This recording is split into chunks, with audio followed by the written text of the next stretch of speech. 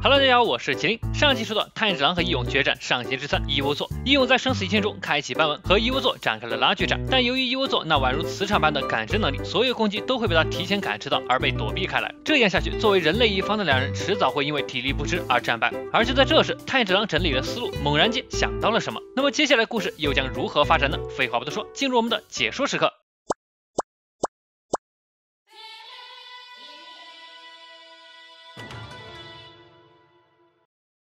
在炭治郎的印象里，父亲就好像是个没有感情起伏的植物人一样，脸上总是挂着和蔼的笑容。在那一年冬天，看着身体虚弱的父亲跳完神乐后，幼年的炭治郎担心父亲的身体，向父亲表示明年就换他来跳吧。而这时父亲却笑着说道：“没关系的，炭治郎，爸爸这几年从未感到神乐难跳哦。”并告诉他，这神乐在每年年初都要跳一次，并且每次都要从日落时分开始，在第二天天亮之前，把总计12种五之星反复跳上成百上千次，并告诉炭治郎，实际上他在刚从爷爷那儿学会神乐，身体还处于最好的时候，每次都跳得汗流浃背。后来他才渐渐发现，实际上关键在于呼吸方式和动作的精确上，以及能不能以最小的动作发挥出最大的力量。明白了这两点后，他的思路就开始渐渐清晰透明了起来。透明？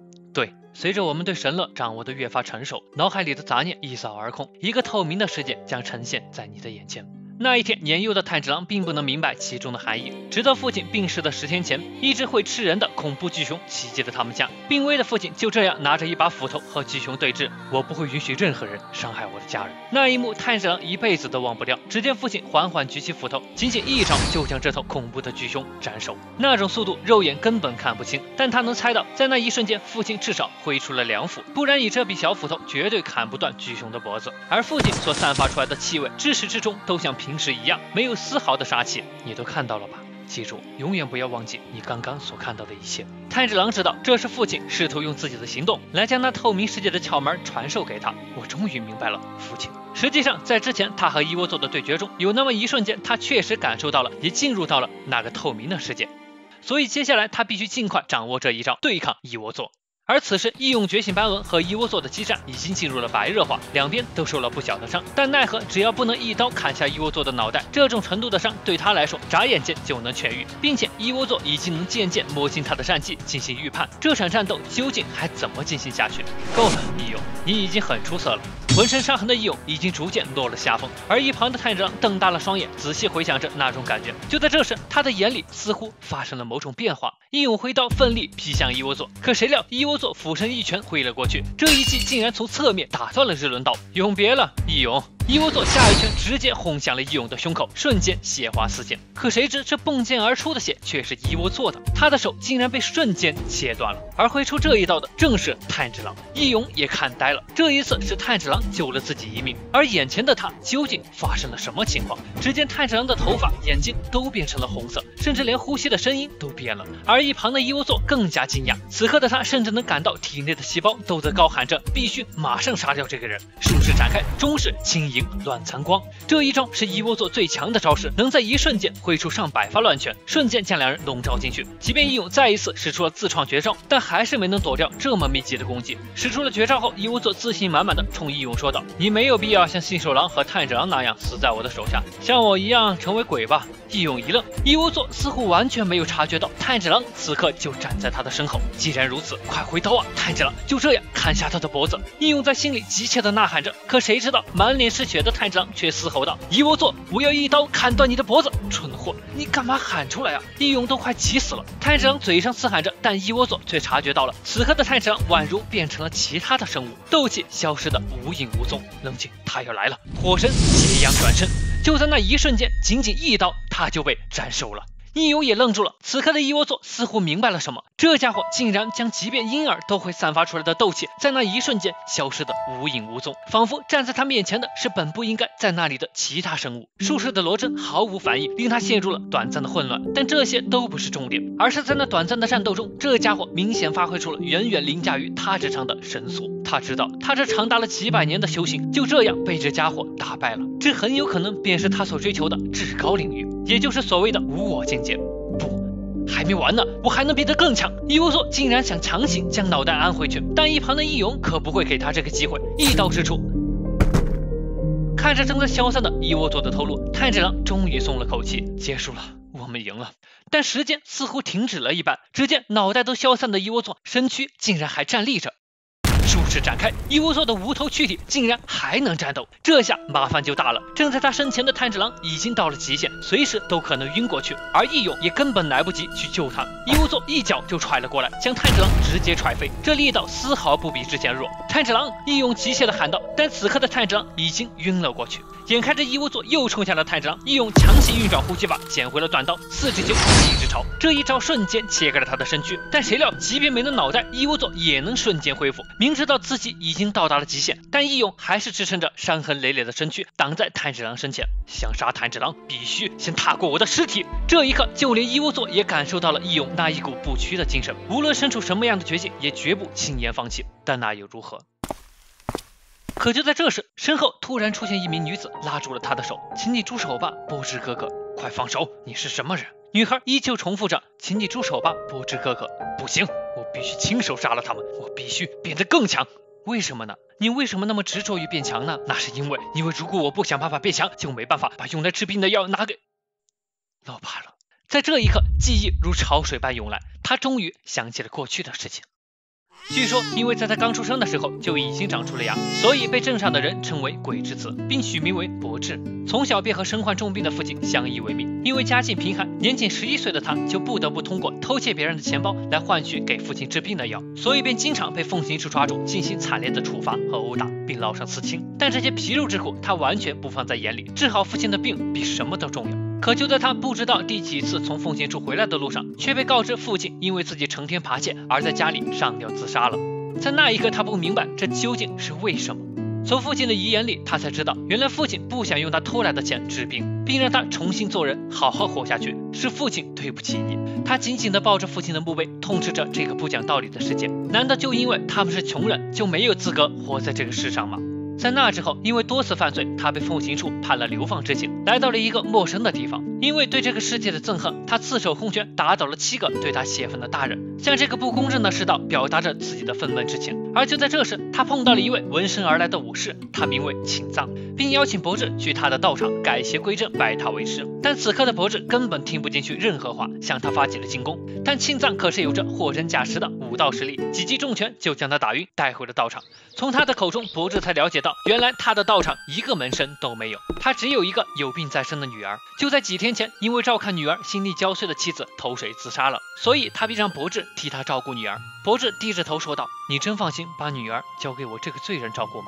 庆藏笑着回应道，哈哈，当然了，因为身为罪人的你已经被我刚才那顿乱拳干掉了。在这一刻，博志知道眼前这个人似乎和那些丑恶的大人们不一样。随后他带着博志来到了女儿的屋子，告诉他他叫恋雪。从恋雪的身上，博志仿佛看到了自己重病的老爸。即便妻子刚去世不久，庆藏也同样挂着乐观的笑容，向女儿介绍这位少年。就这样，两个人算是认识了，今后也将由博志来照顾他。看着他脸上的伤，恋雪忍不住问道，你脸上的伤没事吧？从那一刻起，博志便决定一定要治好他。恋雪的身子很弱，从他痛苦的表情就能知道，他一直在和病魔对抗着。明明最痛苦的就是他，但一直道歉的却还是他。他怪自己的病害博志没时间修行，没时间去玩，但博志却不在意，因为这种照顾人的生活他早已经习惯了。可恋雪却反驳道，那也该偶尔放松下才是呀，并向博志表示今晚有焰火大会，让他去放松放松。但博志却下意识地回应道，也对，你晚上头不痛了，我就背着你去看看吧。哎，恋雪愣住了，就算今年不行，那明年后年也一样，只要等你病好了，随时都能去。这一刻，恋雪情不自禁地流下了眼泪，随后开始哇哇大哭。博志的话让他很感动，可作为直男的博志却每次都因为说着说着恋雪就莫名其妙地哭出来而感到很头疼。就这样，他开始了这段全新的生活。哈哈，原来你叫博志啊，果然你和我是同一类人，要是不守护什么东西就活不下去，就像镇守在神社的博犬一样。庆藏是一个非常乐观的人，后来他才知道，原来这个道馆是庆藏在年轻时从山贼手下救下了一个老人，随后老人便将名下的道馆继承给了他。